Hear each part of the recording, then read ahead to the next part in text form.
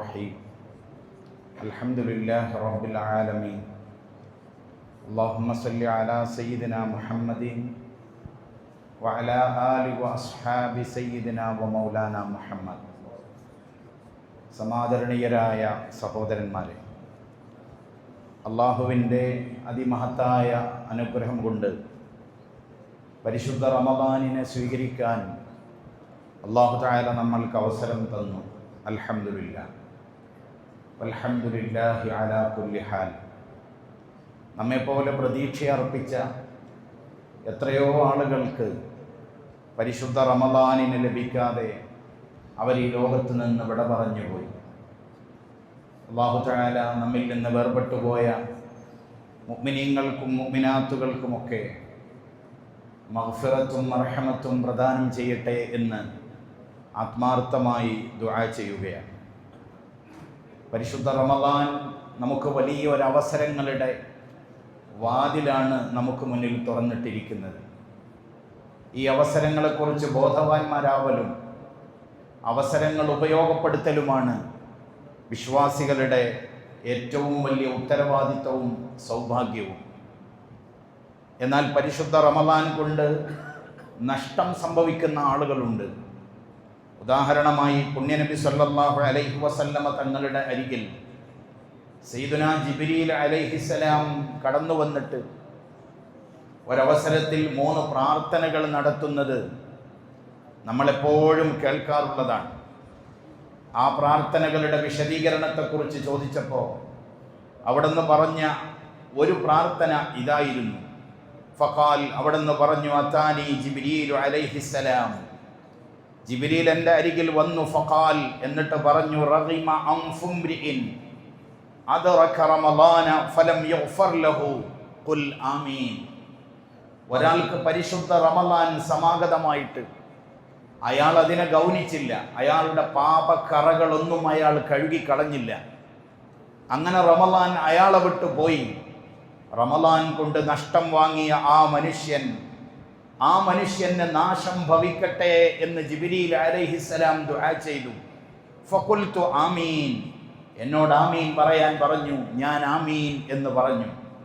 നമ്മൾ ആലോചിച്ച് നോക്കൂ, എത്ര ഗൗരവമുള്ള ഒരു പ്രാർത്ഥനയാണ് ആ പ്രാർത്ഥന. റമളാൻ കടന്നു വന്നിട്ടും അതിനെക്കുറിച്ച് ഒരു ചിന്തയും കടന്നു വരാതെ സാധാരണ 11 മാസങ്ങൾ പോലെ കടന്നുപോയാൽ ദുആ ചെയ്തത് ജിബ്രീൽ അലൈഹിസ്സലാമും ആമീൻ പറഞ്ഞത് അഷ്റഫുൽ ഖൽഖ് മുഹമ്മദുർ റസൂലുള്ളാഹി സ്വല്ലല്ലാഹു അലൈഹി വസല്ലമ തങ്ങളുമാണെന്ന ഒരു ബോധം നമ്മൾക്കുണ്ടാവണം. അതുകൊണ്ട് നമ്മുടെ അവസരങ്ങൾ നഷ്ടമാവരുത്. പരിശുദ്ധ റമളാനിൻ്റെ ഏറ്റവും വലിയ പ്രത്യേകതകളിൽ ഒന്നായി പരിശുദ്ധ ഖുർആൻ എടുത്തു പറഞ്ഞത് ശഹ്റു റമളാനല്ലദീ ഉൻസില ഫീഹിൽ ഖുർആൻ എന്നതാണ്. വിശുദ്ധ ഖുർആനിലെ സൂറത്തുൽ ബഖറയുടെ 185-ാമത്തെ ആയത്താണ് ആ ആയത്ത്. പരിശുദ്ധ റമളാൻ മാസം അത് ഖുർആൻ ഇറക്കപ്പെട്ട മാസമാണ്. ഒന്നുകൂടെ വിശദമായി പഠിച്ചാൽ നമ്മൾക്ക് മനസ്സിലാക്കാൻ സാധിക്കും. ഖലീലുല്ലാഹി ഇബ്രാഹിം നബി അലൈഹിസ്സലാമിന് അല്ലാഹു തആല ഏടുകൾ നൽകിയത് പരിശുദ്ധ റമളാൻ 1-നാണ്. മഹാനായ കലീമുല്ലാഹി മൂസ അലൈഹിസ്സലാമിന് തൗറാത്ത് നൽകിയത് പരിശുദ്ധ റമളാൻ 6-നാണ്. മഹാനായ ഈസ അലൈഹിസ്സലാമിന് ഇൻജീൽ നൽകിയത് പരിശുദ്ധ റമളാൻ 13-നാണ്. മഹാനായ ദാവൂദ് നബി അലൈഹിസ്സലാമിന് സബൂർ നൽകപ്പെട്ടിട്ടുള്ളത് പരിശുദ്ധ റമളാൻ 18-നാണ് എന്നൊക്കെ ഹദീസിൻ്റെ താളുകളിൽ നിന്ന് നമ്മൾക്ക് വായിച്ചെടുക്കാൻ സാധിക്കും. അപ്പോൾ കേവലം ഒരു നോമ്പ് എന്നതിലപ്പുറം ഈ മാസത്തിന് വലിയ ബഹുമാനം അല്ലാഹു നൽകിയത് അല്ലാഹുവിങ്കൽ നിന്ന് വന്നിട്ടുള്ള പരിശുദ്ധ കിതാബുകളുടെ ഇൽമിൻ്റെ ബഹുമാനമാണ് ഈ മാസത്തിൻ്റെ ബഹുമാനം എന്ന് നമ്മൾക്ക് മനസ്സിലാക്കാൻ സാധിക്കും. അതുകൊണ്ട് വിശ്വാസികളായ നമ്മളെല്ലാവരും പരിശുദ്ധ ഖുർആനുമായുള്ള ബന്ധം ഊട്ടിയുറപ്പിക്കാൻ ഈ മാസം ഉപയോഗപ്പെടുത്തണം. ഖുർആനും നമ്മളും തമ്മിലുള്ള ഗ്യാപ്പ് നികത്തപ്പെടാൻ ഈ പരിശുദ്ധ മാസം നമ്മൾക്ക് ഉപകാരപ്പെടണം. പുണ്യനബി സല്ലല്ലാഹു അലൈഹി വസല്ലമ തങ്ങൾ പരിശുദ്ധ ഖുർആനും നമ്മളും തമ്മിൽ ഉണ്ടാവേണ്ട ബന്ധം, അത് പാരായണം ചെയ്യുന്നതിൻ്റെ മഹത്വത്തെക്കുറിച്ചൊക്കെ വളരെ വിശദമായ ഹദീസുകളിലൂടെ നമ്മൾ പഠിപ്പിച്ചിട്ടുണ്ട്. എല്ലാം വിശദീകരിക്കുക ഈ ഹ്രസ്വമായ സമയത്ത് സാധ്യമല്ല. എന്നിരുന്നാലും വളരെ ചുരുക്കിയിട്ട് ഒന്ന് രണ്ട് കാര്യങ്ങൾ സൂചിപ്പിക്കുകയാണ്. നമുക്കിന്ന് എല്ലാ സൗകര്യങ്ങളുമുണ്ട്. ഏത് സന്ദർഭങ്ങളിലും ഏത് അവസരങ്ങളിലും ഖുർആൻ ഓതാനും മറ്റുമൊക്കെയുള്ള സംവിധാനങ്ങൾ നമ്മുടെ മുന്നിലുണ്ട്. എന്നിട്ട് പോലും പലരും ഖുർആനിൽ നിന്ന് അകന്നു നിൽക്കുന്നത് ഏറെ ദുഃഖകരമായ കാര്യമാണ്. അവിടെ നിന്ന് പറഞ്ഞു, മൻ ഖറഅ ഹർഫൻ മിൻ കിതാബില്ലാ. ഈ ഒരു ഹദീസ് നമ്മൾ 100,000 തവണ കേട്ടാൽ പോലും അതിനെക്കുറിച്ച് നമ്മളൊന്ന് വിലയിരുത്തി നോക്കണം. എന്താണ് ആ പറഞ്ഞതെന്നൊന്ന് മനസ്സിലാക്കണം. അതിൻ്റെ ഒരു ഗൗരവം നമ്മൾ ഉൾക്കണം. മൻ ഖറഅ ഹർഫൻ മിൻ കിതാബില്ലാ. ആരെങ്കിലും അള്ളാഹുവിൻ്റെ കിതാബിൽ നിന്ന് ഒരു ഹർഫ് പാരായണം ചെയ്താൽ, അത്രയും പ്രാധാന്യത്തോടു കൂടെയാണ് പറയുന്നത്, ഫലഹു ബിഹി ഹസന. അത് അള്ളാഹു അവഗണിക്കൂല. ഓനൊരക്ഷരമല്ല ഓതിയത്, അതെന്ത് പരിഗണിക്കാനെന്ന് അള്ളാഹു വിചാരിക്കില്ല. ഫലഹു ബിഹി ഹസന. ആ ഒരക്ഷരത്തിന് ഒരു ഹസനത്ത് അയാൾക്ക് ലഭിക്കുക തന്നെ ചെയ്യും. വൽ ഹസനതു ബിഅശ്രി അംസാലിഹാ. ഒരു ഹസനത്ത് എന്ന് പറഞ്ഞാൽ ഒരക്ഷരം കൊണ്ട് സുസാധ്യമാകുന്നത് ഏറ്റവും ചുരുങ്ങിയത് 10 ഹസനത്താണ്. എന്നിട്ട് അവിടെ നിന്ന് ഒന്നുകൂടെ വിശദീകരിച്ചു കൊണ്ട് പറഞ്ഞു, ഞാൻ പറഞ്ഞത് നിങ്ങൾക്ക് മനസ്സിലായില്ലേ? ലാ അഖൂലു അലിഫ് ലാം മീം ഹർഫുൻ. വളരെ ക്ലിയറായി അവിടെ നിന്ന് പറഞ്ഞു, ഞാൻ പറഞ്ഞതിനർത്ഥം അലിഫ് ലാം മീം എന്നത് ഒരക്ഷരമല്ല. വലാകിൻ അലിഫുൻ ഹർഫുൻ വലാമുൻ ഹർഫുൻ വമീമുൻ ഹർഫുൻ. അലിഫ് 1, ലാം 2, മീം 3. അപ്പൊ ഖുർആനിൽ നിന്ന് ഒരാൾ അലിഫ് ലാം മീം എന്ന് ഓതിയാൽ 30 ഹസനത്തുകൾ അയാളുടെ കിതാബിൽ ലഭിക്കുമെങ്കിൽ എന്തുകൊണ്ടൊരിത്തിരി സമയം നമ്മൾക്കതിന് ഉപയോഗപ്പെടുത്തിക്കൂടാ? അതുകൊണ്ട് തന്നെയാണ് മഹാന്മാരായ പണ്ഡിതന്മാർ ഖുർആന്റെ അക്ഷരങ്ങളെ കുറിച്ച് പോലും വലിയ ഗവേഷണങ്ങൾ നടന്നു.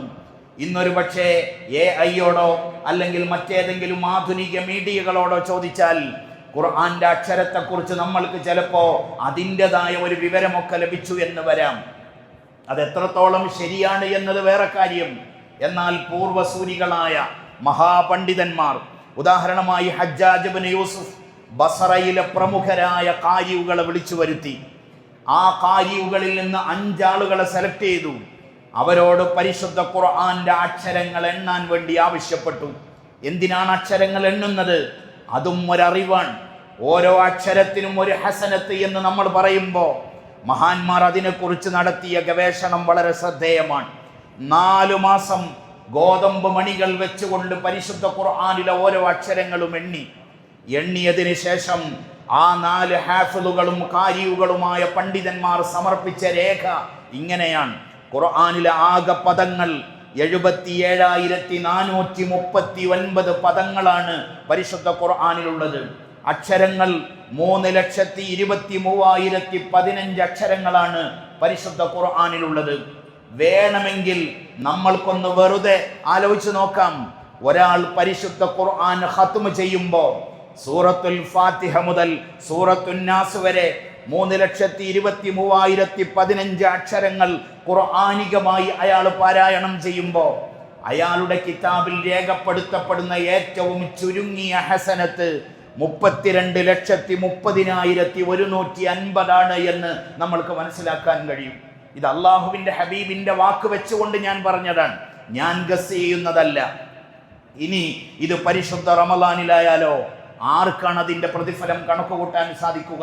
അതുകൊണ്ട് ഒഴിവ് വേളകളിൽ നമ്മൾ അനാവശ്യമായ ഇടപെടലുകൾ നടത്തുന്നതിന് പകരം സോഷ്യൽ മീഡിയയിലോ അതല്ലെങ്കിൽ ഫേസ്ബുക്കിലോ അതല്ലെങ്കിൽ മറ്റേതെങ്കിലും മീഡിയകളിലോ വെറുതെ ഒരു വീഡിയോയിൽ നിന്ന് അടുത്ത വീഡിയോയിലേക്ക് ഇങ്ങനെ പോകുന്നതിന് പകരം പരിശുദ്ധ ഖുർആൻ ഓതാൻ എൻ്റെ പ്രിയപ്പെട്ട കൂട്ടുകാർ സമയം കണ്ടെത്തണമെന്ന് സാന്ദർഭികമായി സൂചിപ്പിക്കുകയാണ്. ഒരു കാര്യം കൂടെ നമ്മൾ അറിയണം.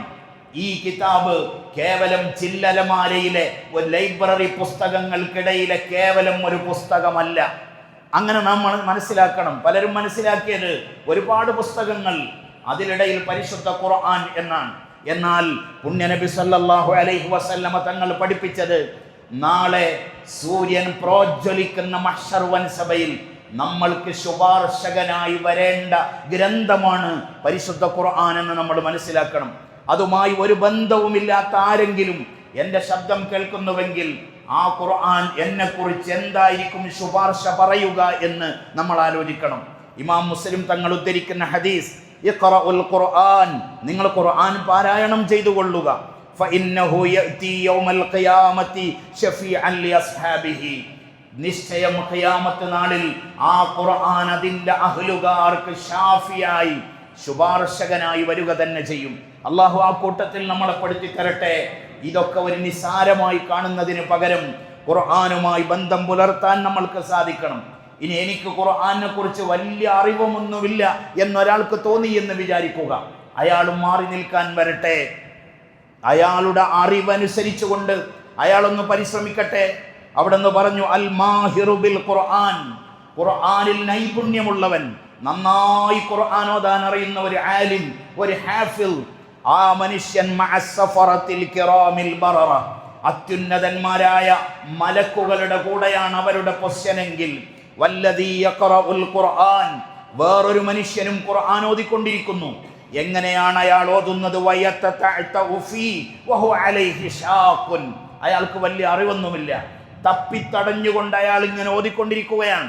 അയാൾ അവഗണിച്ചില്ല മുഹമ്മദ് മുസ്തഫ സല്ലല്ലാഹു അലൈഹി വസല്ലം. അവിടെ നിന്ന് പറഞ്ഞു, ലഹു അജ്റാൻ, ആ മനുഷ്യന് 2 കൂലിയുണ്ട്. ഒന്ന് ഖുർആൻ ഓതുന്നതിന്റെ പ്രതിഫലം, മറ്റൊന്ന് അതിനു വേണ്ടി അയാളെടുത്ത ഊർജം, അയാൾ കാണിച്ച പരിശ്രമം. ഇത് രണ്ടും അല്ലാഹു പരിഗണിക്കുക തന്നെ ചെയ്യുമെന്ന് പരിശുദ്ധ ഹദീസ് നമ്മളെ പഠിപ്പിക്കുകയാണ്. പരിശുദ്ധ റമളാൻ ഖുർആനിന്റെ മാസമാണെന്ന് തിരിച്ചറിയണം. ഇനിയോ ഖുർആൻ ഒരു മനുഷ്യന്റെ ഉള്ളിൽ കയറിയില്ല എന്ന് വിചാരിക്കുക. ഖുർആനുമായി ഒരു ബന്ധവുമില്ലാത്ത മനുഷ്യൻ, ഹദീസിൽ കാണാം, ഇന്നല്ലദീ ലൈസ ഫീ ജൗഫിഹി ശൈഉൻ മിനൽ ഖുർആൻ, ഖുർആനിൽ നിന്ന് ഒന്നും ഉള്ളിലില്ലാത്ത ഒരു മനുഷ്യൻ, ആ മനുഷ്യൻ കൽ ബൈത്തിൽ ഖരിബ്, ഖറാബായ ഇടിഞ്ഞു പൊളിഞ്ഞ വീട് പോലെയാണെന്ന് മുഹമ്മദ് മുസ്തഫ സല്ലല്ലാഹു അലൈഹി വസല്ലം. അതുകൊണ്ട് ആ ഇടിഞ്ഞു പൊളിഞ്ഞ വീടായി നമ്മൾ മാറരുത്. ആൾ താമസമുള്ള മലക്കുകളുടെ സാമീപ്യമുള്ള ശരീരമായി നമ്മുടെ ശരീരം മാറാൻ നമ്മൾ ഖുർആനിലേക്ക് മടങ്ങണം. നോമ്പിനെ കുറിച്ച് കൂടുതൽ പറയേണ്ടതില്ല, നമ്മൾക്കൊക്കെ അറിയാം. നോമ്പെന്ന് പറയുന്നത് സ്വകാര്യമായ സമർപ്പണമാണ്, അള്ളാഹുവിനുള്ള സമർപ്പണമാണ് നോമ്പെന്ന് പറയുന്നത്. എല്ലാ സൗകര്യങ്ങളുമുണ്ട്, അന്നപാനീയങ്ങളുണ്ട്, ഭാര്യ അരികിലുണ്ട്. പക്ഷേ എല്ലാത്തിൽ നിന്നും അകന്നു നിൽക്കുന്നത്, ഇന്നലെ രാത്രി നമ്മൾ റബ്ബിനോടൊരു കരാറ് ചെയ്തിട്ടുണ്ട്. റബ്ബേ നവൈതു സൗമ ഗദിൻ, നാളെ എനിക്ക് നോമ്പാണ് റബ്ബേ. ആർക്ക് വേണ്ടിയാണ് ഈ നോമ്പ്? ലില്ലാഹി തആല, എനിക്ക് 365 ദിവസവും അന്നവും വെള്ളവും തരുന്ന റബ്ബേ, നിനക്കുള്ള സമർപ്പണമാണ് എൻ്റെ നോമ്പ് എന്ന ഒരൊറ്റ കരാറ് കാരണമായി നമ്മൾ അന്നപാനീയങ്ങളിൽ നിന്ന് വിട്ടു നിൽക്കുകയാണ്. ഇത് ഒരു വിശ്വാസിയെ സംബന്ധിച്ചിടത്തോളം അവൻ്റെ ജീവിതത്തിലെ ഒരു സൗഭാഗ്യമാണ് ആ നോമ്പ് എന്ന് പറയുന്നത്. പരിശുദ്ധ ഖുർആൻ പറഞ്ഞു, യാ അയ്യുഹല്ലദീന ആമനു കുതിബ അലൈക്കുമുസ് സിയാം കമാ കുതിബ അലല്ലദീന മിൻ ഖബ്ലിക്കും, നിങ്ങളുടെ പൂർവീകർക്ക് നോമ്പ് നിർബന്ധമാക്കപ്പെട്ടതുപോലെ നിങ്ങൾക്കും നോമ്പ് ഫർളാക്കപ്പെട്ടിരിക്കുന്നു. ഈ ആയത്തിന്റെ തഫ്സീറിൽ കാണാം, മുൻകഴിഞ്ഞു പോയ ഒരു നബിമാർക്കും നോമ്പില്ലാതായിട്ടില്ല, സൗമില്ലാതായിട്ടില്ല. നമ്മളെപ്പോലെ അത് റമളാൻ 30 ദിവസമാണോ അല്ലെങ്കിൽ മറ്റ് ദിവസങ്ങളാണോ എന്നതിലാണ് അഭിപ്രായ വ്യത്യാസമുള്ളത്. അല്ലാഹു തആല എല്ലാ ഉമ്മത്തുകൾക്കും നോമ്പ് നിർബന്ധമാക്കി. എന്തിനാണ് നമ്മളോട് നോമ്പ് നോൽക്കാൻ പറഞ്ഞപ്പോൾ പൂർവീകർക്ക് നോമ്പ് നിർബന്ധമാക്കി എന്ന് പറഞ്ഞത്? നിസ്കാരത്തെക്കുറിച്ച് പറഞ്ഞപ്പോഴോ മറ്റുള്ള ഇബാദത്തുകളെ കുറിച്ച് പറഞ്ഞപ്പോഴോ പറയാത്ത ഒരു പ്രയോഗം നോമ്പിനെ കുറിച്ച് പറഞ്ഞപ്പോ പരിശുദ്ധ ഖുർആൻ പ്രയോഗിച്ചത്. ഇമാം റാസി തങ്ങൾ പറയുന്നു, ഇന്ന സൗമ ഇബാദത്തുൻ ഷാഖ, നോമ്പെന്ന് പറയുന്നത് ഒരു കാഠിന്യമുള്ള ഇബാദത്ത് തന്നെയാണ്. പ്രയാസകരമായ കാര്യങ്ങൾ ചെയ്യാൻ പറയുമ്പോൾ നമ്മളോട് ഉമ്മ പറയും, ഇത് നീ മാത്രമല്ല, നിന്റെ മൂത്ത കുട്ടികളൊക്കെ ഈ പണിയൊക്കെ ഇവിടെ ചെയ്തിട്ടുണ്ട്. സ്കൂളിൽ പോകുമ്പോൾ അധ്യാപകർ പറയും, കഠിനമേറിയ എന്തെങ്കിലും നമ്മൾ ഏൽപ്പിക്കുമ്പോൾ ഇത് നിങ്ങൾ മാത്രമല്ല, ഇവിടെ വന്നവരൊക്കെ ഇത് ചെയ്തിട്ടുണ്ട്. ഇതേപോലെ നമ്മൾക്കൊരു റഹ്മത്തായി അള്ളാഹു പറയാണ്, ഇത് നിങ്ങളെ വേദനിപ്പിക്കാനല്ല, ഇത് നിങ്ങളെ പട്ടിണിക്കിടാനല്ല, പൂർവീകരായ എല്ലാവരും ചെയ്തതുപോലെ നിങ്ങളോടും പറയുകയാണ്. എന്താണ് ലക്ഷ്യം? ഒരേ ഒരു ലക്ഷ്യമാണ്, ലഅല്ലക്കും തത്തഖൂൻ, നിങ്ങൾ മുത്തഖീങ്ങളായി മാറണം. തഖ്വയാണ് മനുഷ്യ വിജയത്തിന്റെ അടിസ്ഥാനം. അതില്ലാതെ എന്തുണ്ടായിട്ടും കാര്യമില്ല. അതുകൊണ്ട് ഞാൻ കൂടുതൽ വിശദീകരിക്കുന്നില്ല. നോമ്പിൻ്റെ പ്രതിഫലം നമ്മൾക്ക് സങ്കല്പിക്കാൻ പോലും കഴിയാത്തതാണ്. നമുക്കറിയാം, കുല്ലു അമലി ഇബ്നി ആദമ യുളാഅഫുൽ ഹസനതു ബിഅശ്രി അംസാലിഹാ. ഏതൊരു അമലിൻ്റെയും പ്രതിഫലം ഏറ്റവും ചുരുങ്ങിയത് 10 മുതൽ 700 വരെയാണ് ഓരോ അമലിൻ്റെയും പ്രതിഫലം. എന്നാൽ നോമ്പിനെ അവിടെ മാറ്റിവെച്ചു. എല്ലാ അമലിൻ്റെയും പ്രതിഫലം അങ്ങനെയാണ്. ഇപ്പോൾ ഉദാഹരണമായി വളരെ മനോഹരമായി ഈ ആശയം പരിശുദ്ധ ഖുർആൻ പറയുന്നുണ്ട്. സൂറത്തുൽ ബഖറയുടെ 261 ആയത്തിൽ അള്ളാഹുവിൻ്റെ മാർഗത്തിൽ ചെലവ് ചെയ്യുന്നവരുടെ ഉപമയെക്കുറിച്ച് ഖുർആൻ പറയുന്നു. മസലുൽ ലദീന യുൻഫിഖൂന അംവാലഹും ഫീ സബീലില്ലാഹ്. അള്ളാഹുവിൻ്റെ മാർഗത്തിൽ ധനം വിനിയോഗിക്കുന്ന ആളുകൾ കമസലി ഹബ്ബ, അവർ കൊടുത്ത ധർമ്മത്തെ അള്ളാഹു ഉപമിക്കുന്നത് ഒരു ധാന്യത്തോടാണ്. മനോഹരമായ ഒരു ഉദാഹരണമാണ്. അമ്പത്തത്ത് സബഅ സനാബിൽ, നമ്മളൊരു ധാന്യമണി ഭൂമിയിലിട്ടു എന്ന് വിചാരിക്കുക.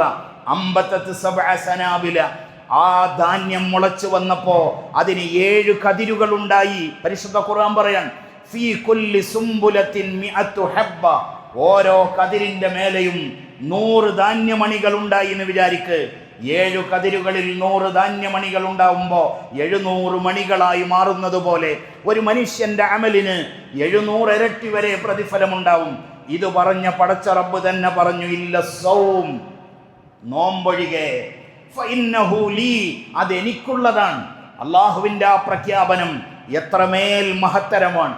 നോമ്പെനിക്കുള്ളതാണ്. വ അനാ അജ്സീ ബിഹി, അതിൻ്റെ കൂലി ഞാനങ്ങ് കൊടുക്കുമെന്ന് പടച്ച തമ്പുരാൻ. അള്ളാഹു ആ കൂലി നമ്മൾക്കും നൽകട്ടെ.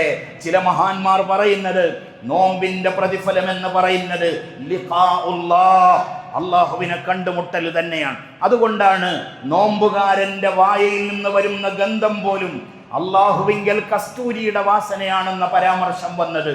നോമ്പുകാരൻ അള്ളാഹുവിങ്കലേക്ക് കസ്തൂരിയുടെ വാസനയുമായി നാളെ കടന്നു വരിക തന്നെ ചെയ്യുമ്പോൾ അതിനിടയിൽ ഒരു നോമ്പ് കള്ളനായി നമ്മളിൽ ആരും ഉണ്ടാവരുത്. നമ്മൾ യഥാർത്ഥ നോമ്പുകാരായി നമ്മൾ മാറണം. നോമ്പിന് തുല്യം നോമ്പ് മാത്രമാണ്. അബൂ ഉമാമത്തുൽ ബാഹിലി തങ്ങൾ ഒരിക്കൽ അള്ളാഹുവിൻ്റെ ഹബീബിനോട് പറഞ്ഞു, യാ റസൂലല്ലാഹ് മുർനി ബി അമൽ, എനിക്കൊരമല് പറഞ്ഞു തരൂ നബിയെ.